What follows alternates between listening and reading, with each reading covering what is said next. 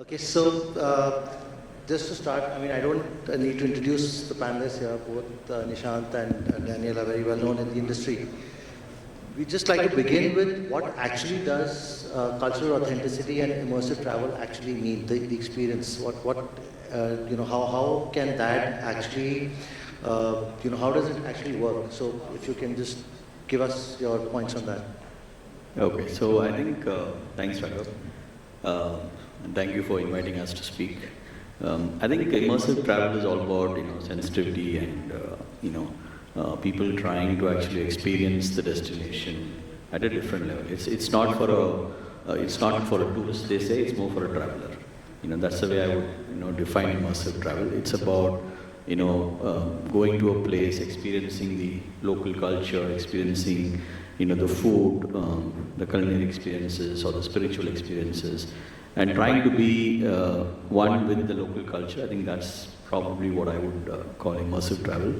And I think it's more called slow travel now. That's what it's the new thing. So it's about not rushing into a holiday, doing the favorite spots on a holiday, but to actually take one city at a time or one destination at a time. Experience it to the fullest, live with the locals, eat with them. I think that's more what immersive travel actually means. And Nishant, what do you think about cultural authenticity? All right. First and foremost, thanks for having us here to talk to a select audience. So whenever we have our friends from Australia who come to India, they have very limited understanding and perception and some preconceived notions about India. And for us, the task is to pass some of these preconceived notions. And the best way to do this is to take them on a culinary tour of Mumbai.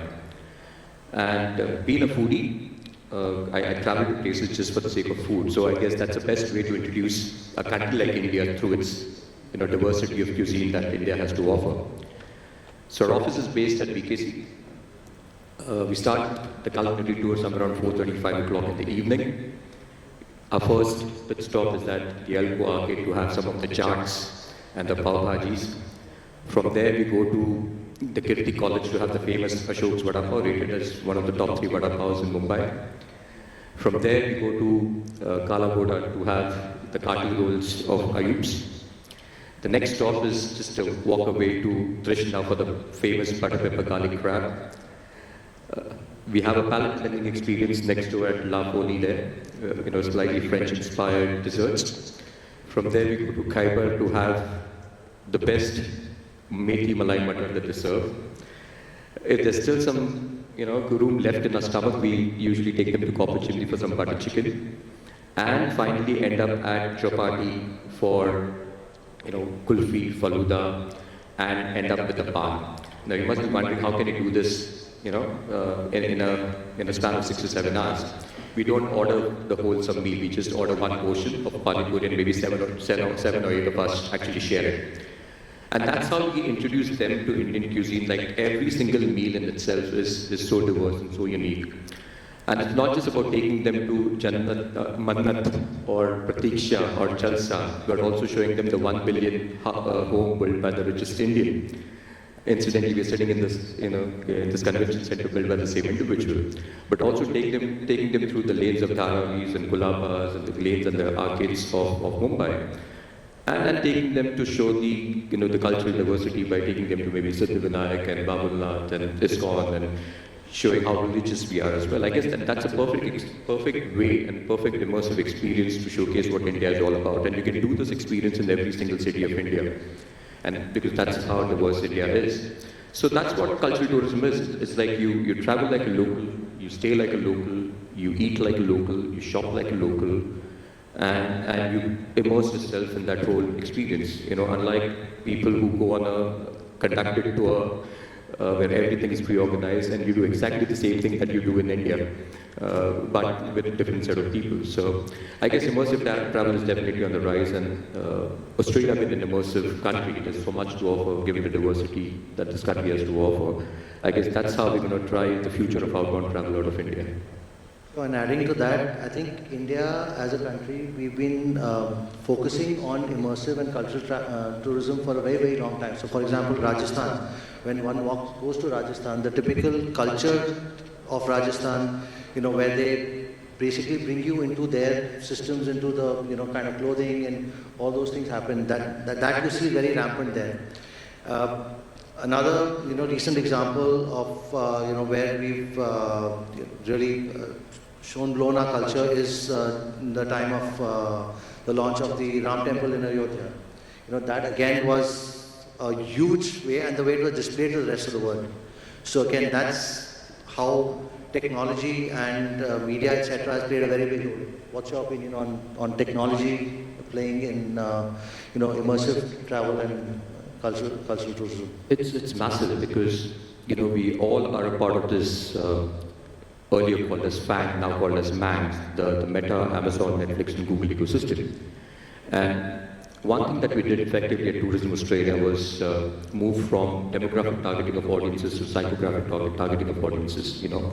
If three of us sitting in the room have the same kind of background, one wife, one daughter, same income, same designation, same lifestyle. However, our consumption habits are different. You may want to travel, you may want to spend, whereas I would want to save. I would rather target cohorts like you all and your lookalikes rather than someone who's not intending to travel and splurge. So, with the help of technology, it really helps us to address audiences based on the likes and preferences and behaviors, and that's where technology comes into play. For example, if I want to promote self-drive holidays in Australia, I would rather follow people who buy or are fascinated by cars, who love to watch content related to driving and motorbiking, motorbikes and other vehicles, or somebody who would want to take a caravan holiday in Australia. Somebody is fond of food, for example. I can serve them content related to some of the best dining experiences in Australia. Somebody is fond of shopping, I can serve them shopping content. So you have multiple filters that could be applied, and you could, with the help of technology, you can actually find a needle in a haystack.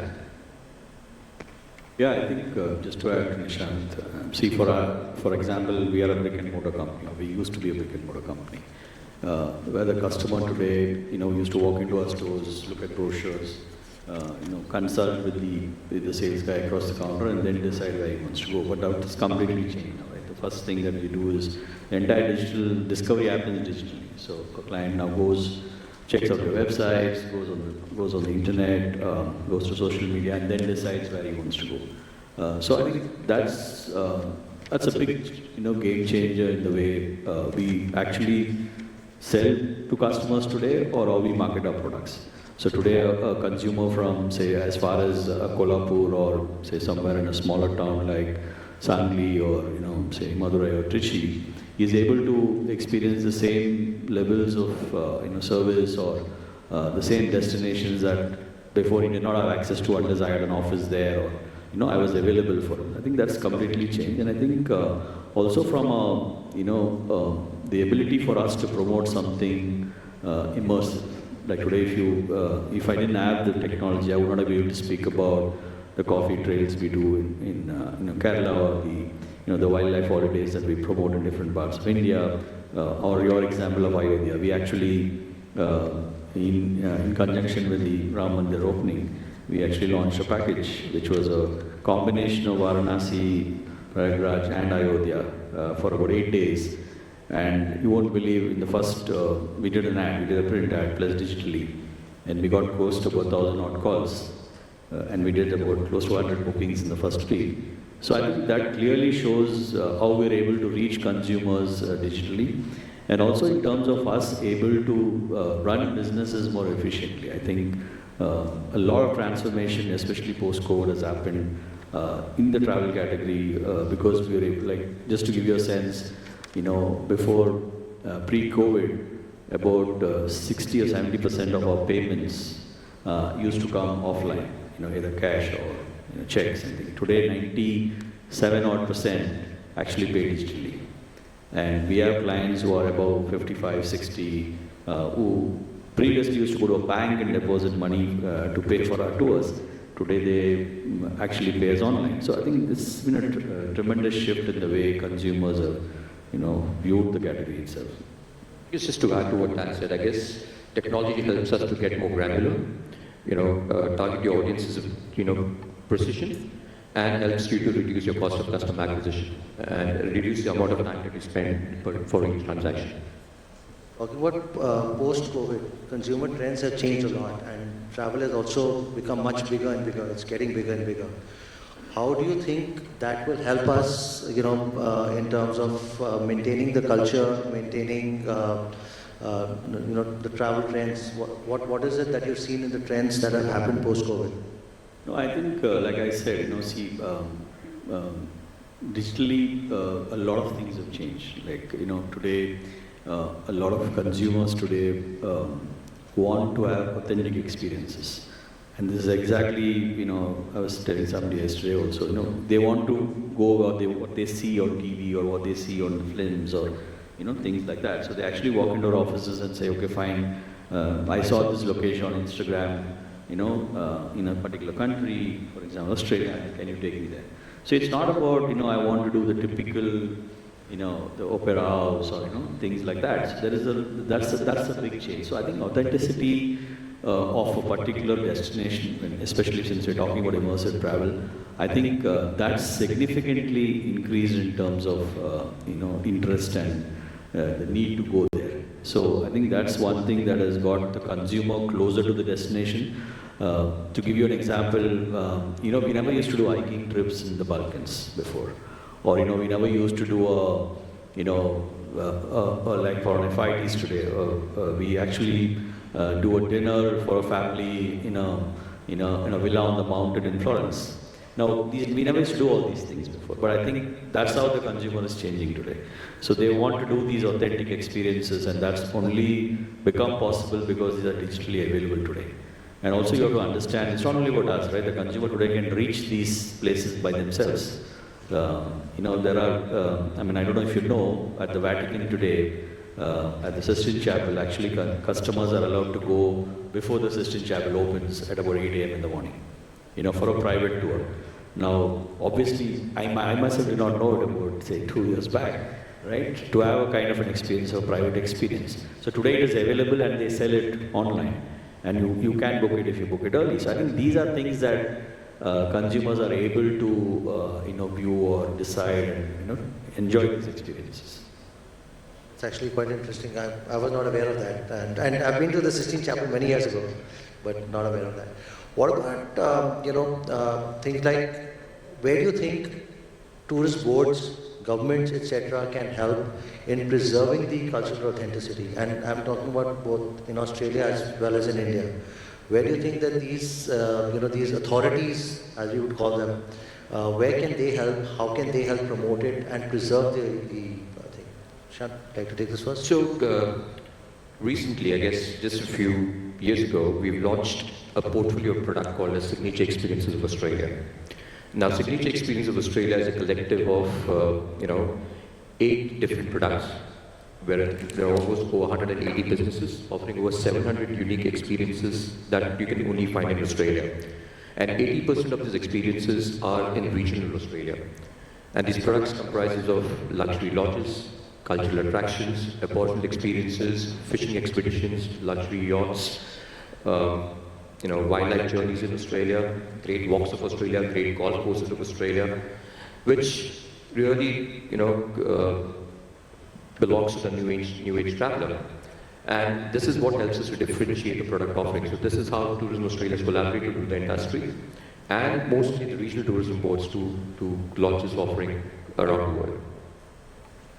Yeah, I think while we work with Nishant very closely, and we've been doing that for many years now, while globally we work with a lot of partners, but I think to your question on India, we've not achieved too much today, if I have to tell you, because I think we need, the tourism boards need to work closely with the large operators at least to reach, because if you look at our brands today, which is both Thomas Cook and SOTC, we are at present in close to about 60 odd cities across the country through our own distribution and through our partners in about 95 odd cities.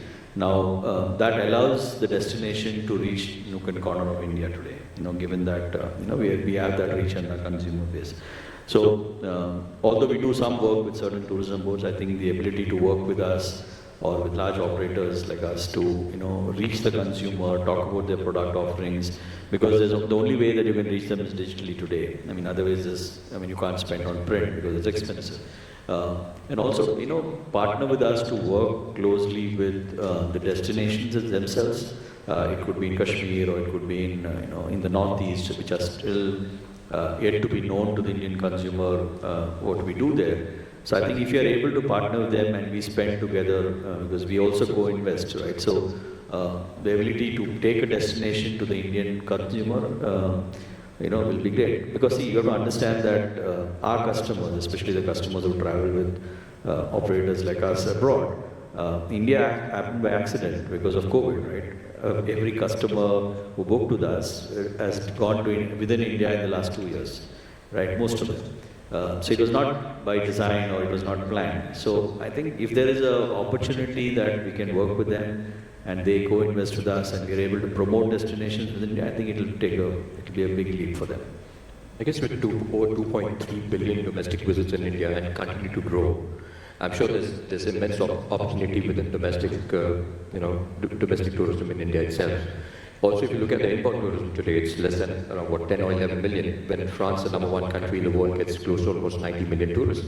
So there's that big gap that needs to be bridged, and there is a significant opportunity that remains untapped. Absolutely, and India is a country which has a wide variety of culture. So there's so much to be explored, for tourists coming in, for local Indians as well. I mean, there are the kind of trips that we take locally. They are more luxurious trips, not actually imbibing ourselves in the culture. So that's just something that needs to, typically be explored further. Now, again, that's a point that I was wanting to come to. Luxury. How can we actually mix luxury and authenticity together? Is that really possible? Yeah, I think so, because see, most of these consumers, I would not say most, about 10 to 15% of customers who want these authentic experiences are more top of the pyramid customers, right? They're not customers who regularly do the mass travel. So they are ready to pay top dollar, to experience, such facilities. If you look at, for example, Saudi as a destination, we struggle to send customers there, but, in a place like Alula, which is, a very high-end, $700 per night, stuff like that, we had bookings from, a small town in Andhra Pradesh, from a local agent. Now, that shows how customers are ready to pay for those kind of experiences. And India today, look at the mass travel, premium mass I'm talking about. Our prices have significantly gone up. For Australia, for example, we used to sell a 11-day Australia for between 2.5 to 2.8 to 3 lakhs of rupees. Today it's gone up by another lakh, right? But customers are ready to still travel. So if you are able to give an experience and corresponding value for it, they don't mind paying. Priceless India is what we keep talking about. People are ready to pay money if you are able to give that kind of value and that kind of an experience. There's no doubt about that. You can obviously combine luxury and authenticity. Just to give an example, if you were to travel to the red centre of Australia, the spiritual capital of Australia, in a place called EaseMyTrip or Uluru, you can take a train there, you can fly there as well, or you can drive from Adelaide or whichever city that you want to. Just that it's going to be a long drive. You can stay in luxury lodges as well as in tented accommodation, luxury accommodation options, the multiple accommodation options available there. You can interact with one of the oldest living cultures on the planet, the Aboriginal Australians there. You can dine, have a culinary experience, a 6 to 7 course degustation meal made out of ingredients which are sourced locally out there. You can indulge in a dot painting workshop, with again traditional custodians of the land there. So yeah, you can mix both luxury as well as authenticity at the same time. And luxury in Australia means barefoot luxury. It's not the kind of luxury that we see in India, which is full of palaces and you have a butler at your service and all that. You still carry your own bags to your own rooms in Australia. So it's very different, because the definition of luxury varies from individual to individual. For somebody, breathing the cleanest air could be a luxury, which unfortunately we can't in our key cities, right? And which you can in Australia. So that could be luxury to a lot of people as well. So yeah, and that's what Australia has to offer. I mean, you can also, I'll also add, I think, for example, we do an ski safari in Lapland. Now these are very, very high-end, unique experiences, and that's very authentic to that land, right? Or we do kayaking among the forts in Norway. So those they're very authentic to that place. Or you enjoy a cooking workshop somewhere in South America. So these are things that customers are doing today, and they're ready to pay for that kind of money. Let me just go back to the previous conversation around the trends that we're seeing in travel and how that relates to an increase in cultural and immersive experiences. So there are three key trends that we're clearly seeing, and this is more of a post-COVID phenomenon. The first one is a generational shift in travel, where we're seeing Indians traveling at a much, much younger age. Yeah, our parents traveled in their 50s, our kids, we traveled in our 20s, and our kids are traveling as soon as they're born, or even before they are born, right? So the average age of an Indian taking a holiday, whether domestic or international, is declining. And India being a young demography, you're going to see a rise of domestic travel and international travel out of India. So that's the first shift. The second shift is an attitudinal shift. And this is again a lesson that COVID has taught us, that you don't know and you cannot predict what's in store for you in the future, what's going to happen tomorrow. And as a nation, we're moving from being a savings economy to a splurging economy. And therefore, you're seeing a rise in spending on dining, shopping, and traveling. And that trend is going to continue in the future as well. And the third trend that we're seeing is around this whole event globe-trotting, where people are traveling for cultural, social, and entertainment gatherings. Recently, there was a Taylor Swift concert at the MCG. She performed for 3 days, and it was packed. 96,000 people daily, 3 lakh people watching the show, and it was packed. Some of my friends asked me for a ticket. I said, sorry, we can't help you. So this is the trend that we're seeing that's going to emerge going forward. And therefore, the future of Indian travel, whether domestic or international, will be driven by this culturally immersive travel experiences. How do you think, just adding on to that, where do you think that the local artisans, the local craft, how can that be helped, maintained to keep the authenticity of the local culture? Where do you think, who can step in and help maintain that? I think that's where the tourism boards, especially in India, come in, because it helps us reach whether the local artisans or the folklore, and we do some tours with local folklore, and I think there's a trip called Music on the Hills, in India. So where you actually you have musicians playing for you, then you have dinner with them in the evening. They also cook for you. The folklore music in the evening. So there is a combination of this, but I think we have some distance to cover on that. So. Something that Australia does really well is every attraction that you visit, once you're towards the end of that particular experience or activity, there's an entire store that sells souvenirs, local produce, whether it's chocolates and honey to jams and everything, and spices for that matter, and souvenirs which are tailor-made to that particular region or that particular state. So I guess that's what's important, and that's what we need to do in India itself. There's so much opportunity. I mean, I was just reading a few days ago that there were some 1,000-odd forts in India. 350 forts of those are, and 35% of those forts are in India. And in Mumbai alone, there are 18 forts. Imagine the tourism capability or the number of tourists that these attractions can drive. It can really refurbish them with the help of the Taj and the Oberois and the owners of this particular convention center itself. These forts could be converted into tourism monuments. You can have various activities there. You can talk about the history about those particular forts. You can have dining experiences into the fort itself, cultural performances as well, art events as well. So the opportunity is immense. I guess there's a gap between where we are and what needs to be done, and that needs to be bridged. Okay, again, how do you think that actually should be? Who are the authorities who should be looking into that? I think, we did something on a similar lines. We did something with Amar Chitrakatha, picking up their comics. So we did 2 trails with them based on their comic trails in the north of India. So as the story goes, we took them to those local places. We spoke to the local villagers. So we did a trip of the entire comic. It was a great idea, but the problem is it's very difficult to sustain over a period of time. We did that post-COVID. and we partnered with one of the local bodies over there. So I think partnership with the local bodies and government will have to increase, because these are they are controlled more by them, the local artisans and the local craftsmen. So if we are able to, it has to be a joint collaborative partnership.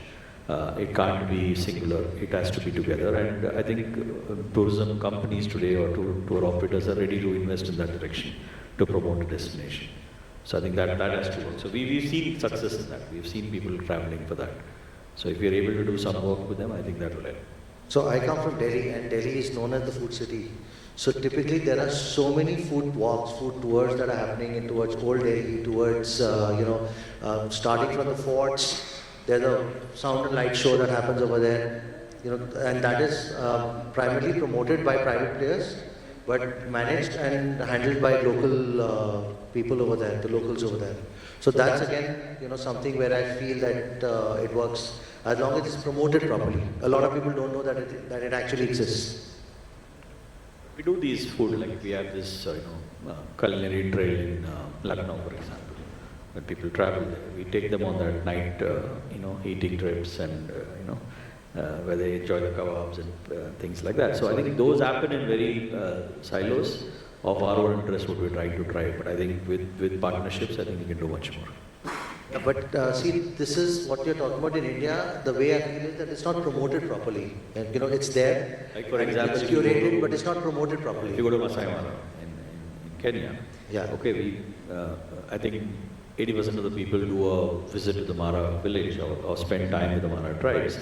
So there is a planned activity that happens there. They show you, they actually dance with you, or they show you how they cook, they show you how they live, they take you to their hut, they show the different kinds of food. It's a very small place, right? So they tell you what they eat. They have this tradition of one guy getting married to about 10 women. So they tell you why do they do that, and they show you the 10 houses that the women live in, and how they compete for the man and things like that. So they give you a full story about how the tribes live. So I think there's opportunity there, like what Nishant mentioned, and how do you take that culture out and talk about it. So you'll have to work with the local partners in the destination to make this work actually. It's a whole of approach. Like, you've seen how Australia promotes tours of the Melbourne Cricket Ground, the Sydney Cricket Ground, the Adelaide Oval. They are conducting tours which adds a lot of revenue, not just to the stadiums, but also people associated with those grounds. People who have played there, the groundsmen, everyone gets a job. There's a souvenir shop at the end of it. You can possibly have events and conventions at the stadiums itself. You can have concerts at the stadiums as well. I guess there's a huge opportunity in India itself. We have got a stadium in every city. How can you convert these stadiums into tourism attractions? Cricket being a religion, I'm sure it wouldn't take time to fill up the stadiums if you organize any event there. And I think this is very prevalent in Thailand as well. There are food tours, there are the temple tours. They are basically promoting the local Thai culture. That's what Thailand is all about. Similarly, India being a huge country, there are so many opportunities that we can actually explore over here. It's just picking it up and promoting it.